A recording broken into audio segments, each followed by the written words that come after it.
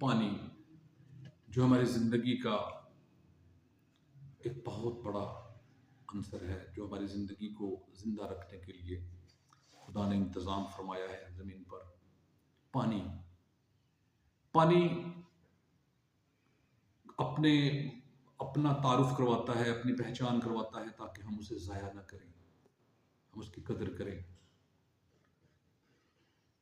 पानी कहता है कि मैं पानी हूँ, मैं साफ शफाफ पानी हूँ, मैं पानी हूँ, मैं साफ शफाफ पानी हूँ, हयात का बानी हूँ। मैं प्यास बुझाता हूँ, अनाज उगाता हूँ, मैं पानी। मैं हयात का बानी हूँ, मैं घूंट घूंट तुम्हें पालता हूँ, अपनी औलाद सा जानता हूँ। मैं घूंट घूंट तुम्हें पालता हूँ, अपनी औलाद सा जानता हूँ, एक माँ की तरह संभालता हूँ। मैं पानी हूँ, मैं पानी हूँ, मैं हयात का बानी हूँ। सांस सांस मुझे जीने दो, मुझको भी जिंदा रहने दो।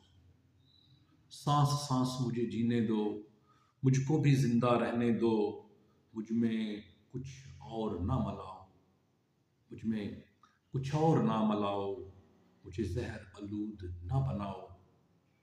मुझ में कुछ और ना मिलाओ, मुझे जहर आलूद ना बनाओ। मैं पानी हूँ, मैं पानी हूँ, मैं हयात का बानी हूँ, मैं पानी हूँ।